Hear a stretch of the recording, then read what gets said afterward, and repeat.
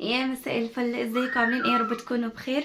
النهارده كنت هنزل فيديو كتير طلبوا مني، بس النهارده من حقكم. من حوالي من 5 سنين ونص كنت بطلع بمود مش كويس خالص، وكنت بطلع بحاجه كده نفسيتي كانت تعبانه فيها، وكانت مأثره عليا في جميع فيديوهات، وكلكم كنتوا دايما تدعوها لي ودايما تسألوني عنها، ودايما بجد انا بفضل ربنا ثم فضلكم يمكن الحكايه دي بجد ما كانتش حصلت مدى الحياة، بس كمان بفضل إنسانة غالية عندي اللي هي خالتي وبنت خالتي يعني وكده. وهحكي لكم دلوقتي اللي حصل. عايزه اقول لكم قبل ما تسمعوا الفيديو اعمل لكم مشروب حلو كده، عشان ايه؟ انا الفيديو ده يعتبر ممكن ما عادش اعمل اي حاجه تخص المواضيع الشخصيه بتاعتي خالص على السوشيال ميديا، بس انا حبيت ان انا اطلع بالفيديو ده من حقكم عليا، بما اني طلعت من حوالي كام سنه اقول لكم على الحكايه دي، وانها تعب اعصابي، وان مزاجي وحش من حاجه كذا، وكنت بشارككم الحلو والوحش في حياتي. فواجب عليا ان انا اطلع لكم النهارده بالفيديو الجميل ده، ان انا ابشركم بشرة حلوه، انك تطمنوا عليا، لان انتم معتبرين ان انا اختكم وبيهمكم امري وبتخافوا عليا وبتحبوني. فمن الاحترام والواجب ان انا اطلع زي ما بشارككم الوحش اشارككم الحلو. عايزه اقول لكم انا النهارده اسعد يوم في حياتي، انا قلبي كان واقف ورجع تاني اشتغل دلوقتي. انا مش قادره اقول لكم انا ساعه ما الحكايه دي حصلت لي انا كنت عامله ازاي. انا شفت الانسانه اللي هي في عالم اخر. هو ايه ده؟ هو ايه اللي حصل؟ احكي لك اليوم من اوله. طبعا بصوا يا بنات، انا ليا اخ كبير اللي هو مربيني، اللي انا بعتبره بابايا. انا بحب اخواتي كلهم، بس هو اخويا ده آه مش عارفه حته كده في قلبي، مش عارفه كده، سبحان الله. انا اخواتي كلهم حب لهم واحد، بس يعني هو سبحان الله كده. انا كبرت، كنت في عمر سمسم ابني، كنت بقول له يا بابا لحد ما عرفت ان هو اخويا الكبير. ما كنتش عارفه ان دون اخويا الا فيما بعد يعني. فعشان كده انا فتحت عينيا لقيته الكبير بتاع امي، وكانه بابايا، انت فاهميني؟ اكبر مني ب9 سنين، بس انا معتبراه ان هو ابوي، لانه احن واحد فينا كلنا، يمكن احن مني كمان. المهم، عايزه اقول لكم النهارده انا قاعده اليوم سبحان الله. ما كانش فيه حاجه كده طبيعيه. انا حاسه صاحيه من النوم كده، حاسه ان انا كنت نايمه نايمه، والله العظيم بقول لكم كده، حاسه ان انا كنت نايمه في ريش نعام او في حاجه هتحصل، بس ما كنتش عارفه هي ايه بصراحه. انا كان في دماغي ان حاجه هتحصل حاجه تانية. فسبحانك يا رب، فجاه انا ما فيش حد في البيت عندي خالص، ما فيش الا سمسم قاعد. لقيت الباب بيخبط، قلت ده ابني جاي من الدرس. لقيت سمسم فتح له الباب، لا سمعت صوت اخويا. انا بصوا اخويا، الناس هتقول لي ايه ده؟ اقول لكم اصل هو مخصبني من حوالي 5 سنين ونص. حسام ابني ده متسمى على اسمه. يا دوبك هو شاف حسام لمدة 6 شهور، وبعد كده ايه اتخاصمنا بسبب ميراث، عشان الناس اللي داخلة جديد بسبب مشكلة ميراث، يعني مش عايزين نفتح في القديم. فهو خد جنب وزعل يعني واتأثر. فالمهم يا بنات، عايزه اقول لكم ساعه ما قال لي انا فتح حسام ابني، فتح له حسام اخويا الباب، وسمعت صوت اخويا على الباب. انا قلت ايه ده؟ انا مش مصدقه. أنا كنت مصليه العصر، وكنت سبحان الله انا بقول يا رب حسن حسن إيه. انا حتى من كتر الفرحه نسيت الدعاء اللي بقوله على طول، يا رب يعني احسن امري فانه لا احسن التدبير. فانا يا بنات عايزه اقول لكم، انا وبقيت اقول في كل ركعه ان كنت بقول دايما دعاء سيدنا يونس، دعاء سيدنا يونس في سحر، في سحر، لان قلت في حاجات كتير وربنا الحمد لله جبر بخاطري بيه. فيا بنات عايزه اقول لكم انا ساعه ما شفته اخدته بالحضن. بصوا مرضاش ان انا اسيبه، من هنا لهنا، من حضن لهنا لهنا، ودموع بقى، دموع بقى نازله نازله نازله نازله. وبصوا ما سالتوش على حاجه ولا اعمل ايه ولا كل سنه وانت طيب ولا اي حاجه، دموع بقى. شفت الام اللي ابنها جاي من الغربه بقى وبتجري عليه كده. احساس كان حلو واحساس كان صعب. انا بصراحه احساس كان حلو واحساس صعب. هو 5 دقايق كده وقال لي يعني احنا هنروح مشوار يعني عشان نفرح خالتي يعني وكده، وجاب لي علبه حلاوه. والمهم قام رايح ماشي وقال لي هيروح لاختي برضك يراضيها. فشوفوا شوفوا لكم ان تتخيلوا كميه الفرحه اللي انا بحكي لكم عليها ازاي. طبعا اللي مجرب احساس الخصام هو اللي هيحس بكده، بالذات ما يكونش خصام سنه سنتين، ده 5 سنين ونص. 5 سنين انا بتمنى من ربنا وبدعي ربنا. بعت ناس كتير، رحت له لحد باب بيته، رحت له تحت رجله، رحت له مع ان انا مش غلطانه ولا هو غلطان. مش عايزين نفتح في القديم يعني، ناس كده استغفر الله هم اللي بوظوا الدنيا وبوظوا علاقتنا باخواتنا كلنا. ف بصوا انا ما بقتش عارفه انا بقيت ايه ده، هو ايه ده، هو معقوله سبحان الله يعني رمضان فعلا بجد. يعني شوف احنا عدانا اكتر من رمضان، بس رمضان المره دي كان مختلف. انا بدعي لاي حد زي ما ربنا فرحنا يكبر بخاطركم اي فرحه انتوا تتمنوها، ربنا يجمعكم يا رب ويجمع شملكم انتوا كمان.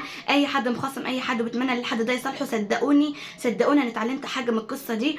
هو اخويا ده روحي روحي، انا عندي ممكن اموت فداه، يعني لو طلب عينيا كده اخلعها من عيني كده واديها له. فعايزه اقول لكم حاجه من خلال الفيديو ده وتجربتي. بصوا يا بنات، انا لما بتطلبوا حاجه من ربنا ويأخرها عليكي، صدقيني هو خير ليكي وانت ما انتش عارفه. هو ربنا كاتب ميعاد معين ان يحصل الحاجه دي وانت ما انتش عارفه. لو كان الحاجه دي حصلت بمزاجك انت وزي ما تقولي انا مثلا انا راح اصالحه النهارده هصالحه، لا هو مش هيتصالح. هو ربنا رايد في وقت معين انت هتتراضي فيه وهتكون الفرحه اضعاف وهيكون خير ليكي، الله اعلم. بجد انا ممكن بكلمكم وانا حاسه ان انا مش مصدقه كمان. يعني شفت الواحد اللي هو حاصل له يعني شفت انا بتقول يا رب اجبر بخاطري في فرحه ابكي من شدتها. والله والله والله العظيم كمان مره انا طلبتها العصر وانا لا الظهر وانا بصلي بقول يا رب انا نفسي ابكي لك فرح، ابكي من شده الفرحه اللي هتبعتها لي. وسبحانك يا رب النهارده المغرب قبل الفطار لقيت اخويا جاي لي، انا ما كنتش مصدقه نفسي. وسبحانك يا رب طبعا بفضل ربنا ثم فضل خالتي.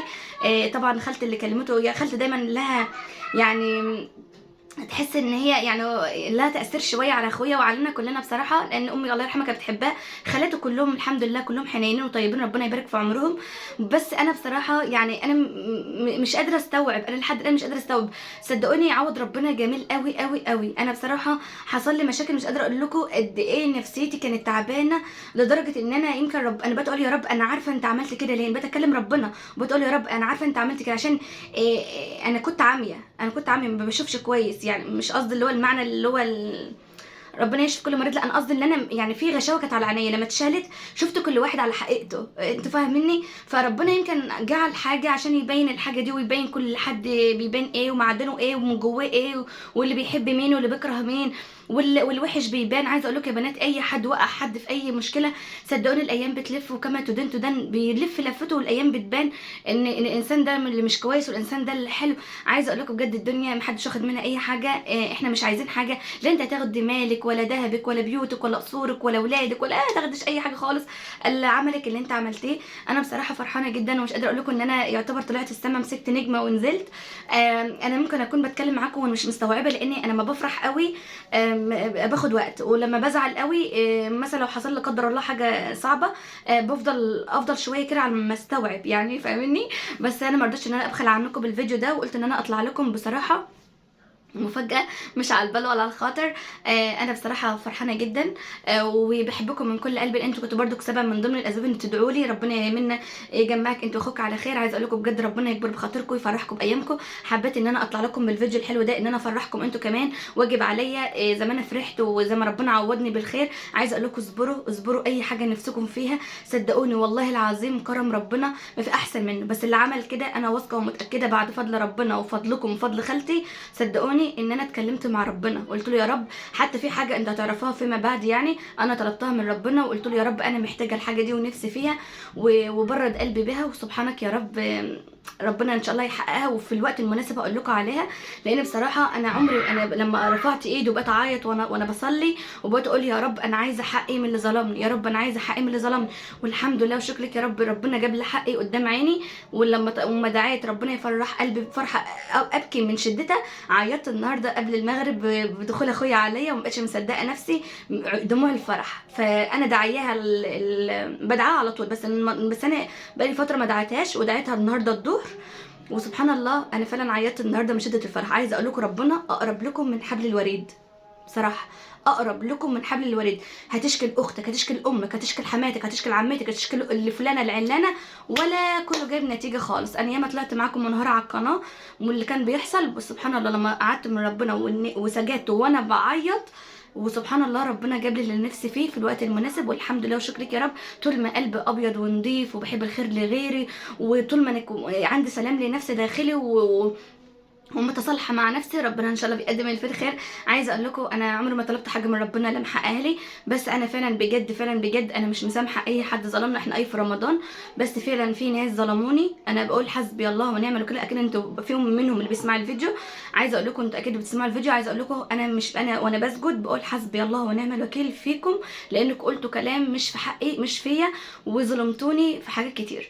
احنا في رمضان والمسامح كريم وكل حاجه. انا مسامحه من جوايا، بس قلبي اللي مش عايز يسامح من اللي شافه يعني. فعايزه اقول لكم انا فرحانه جدا، ربنا ما يحرم اي حد من اخواته ويجمعكم كلكم على خير. انا حاسه ان النهارده ان امي عندها فرح، حاسه ان امي النهارده مبسوطه. الله يرحمها ويرحم جميع اموات المسلمين يا رب. الميتين بيبقوا مستنيين رحمه، بيقفوا كده زي بيقفوا كده ورا بعض، زي ايه، ما بيقفوا كده قدام الفرن، طابور الفرن بيستنوا مثلا العيش بتاعهم. اهو الميتين كده برضو بيستنوا ان هم برضك ياخدوا الرحمه. فانت لما تدعي تقولي إيه الله يرحم مثلا امي وابويا ويرحم جميع الاموات، عشان ربنا يوزع الرحمه عليهم، عشان برضك كل واحد ياخد نصيبه ويفرح. لان اهل الدنيا ساعات بتنسى اهل الاموات بتاعتنا يعني. فعايزه اقول لكم انا ام زمانها النهارده قاعده عامله فرح ان احنا كلنا اتجمعنا. وعايزه اقول لكم انا يمكن انا راكزه شويه في الفيديو، لان لو طلعت عملت حركات اكتر من كده ممكن تقولوا عليا هبله. بس انتوا اكيد فاهمين شعوري، بس واجب عليا ان انا افرحكم زي ما انتوا وقفتوا الايام اللي فاتت وتدعوا لي ان ربنا يهدي بالي ويطبطب على القلب ويكبر بخاطري. الحمد لله الحمد لله وشكر لك يا رب. وانا بحب اخواتي كلهم. انا بصراحه ما بتمناش لحد فيهم اي حاجه وحشه، والدم فعلا بجد الاخوات حاجه تانية. اي نعم بيحصل مشاكل، بيحصل. انا عمري في حياتي ما توقعت ان انا في يوم انا واخواتي نبعد عن بعض او يحصل مشاكل، ما توقعتش. بس هو من عند ربنا يا بنات اراد ان هو يحصل كده. خلاص ربنا ما يقول الحاجه كن فيكون فعلا بجد. ما خلاص. انا راضيه باللي ربنا لما لقاني راضيه. انا كنت الاول هقول لكم على حاجه، انا في الاول ما كنتش راضيه، فاستغفر الله العظيم يا رب. انا في الاول كنت زعلانه، واشمعنى انا ده، انا ما عملتش حاجه وهو كمان ما عملش، ودي ما عملتش وانا ما عملش وده ما عملش. يعني مش معترضه والله على حكمه ربنا، بس كانت من جوه زعلانه. الزعل والشيطان فعلا بيدخل جواك بيكبر الموضوع وتخليك تفكري دي ليه وده قال وده عاد وده ما اعرفش ايه. لكن لما تتركها بقى لربنا، انا بقى لما تركتها بقى وخلاص طلعتها قلت يا رب انا عارفه ان ده درس منك وليه حكمه. انا بقول لربنا، انا بتكلم معاه بالعاميه بتاعتي كده، بتقول يا رب انا عارفه ان في حكمه ورا الموضوع ده. والحمد لله وشكر لك يا رب. انا بحمد ربنا الحمد لله وشكر لك يا رب. انا انسانه مؤمنه ودايما متفائله خير، ودايما اي حاجه بتحصل لي بقول عليها الحمد لله وشكر لك يا رب. والحمد لله على كل حال، سواء عندي ما عنديش فيا ولا ما فيش، صحتي الحمد لله كده او كده، انا الحمد لله وشكر لك يا رب. يا رب يكون الفيديو بسيط وخبر حلو بفرحكم، مع ان كان في فيديو هينزل تاني. بس يلا بقى مفيش احسن من الخبر الحلو ده. حطوا لايكات حلوه وسمعوني كلمه حلوه وادعوا لنا بصلاح الحال، وربنا يفرح قلوبكم يا رب، ويخليكم كل حبايبكم حواليكم ولا يفرقكم ابدا يا رب، اللهم امين. مع السلامه، في امان الله.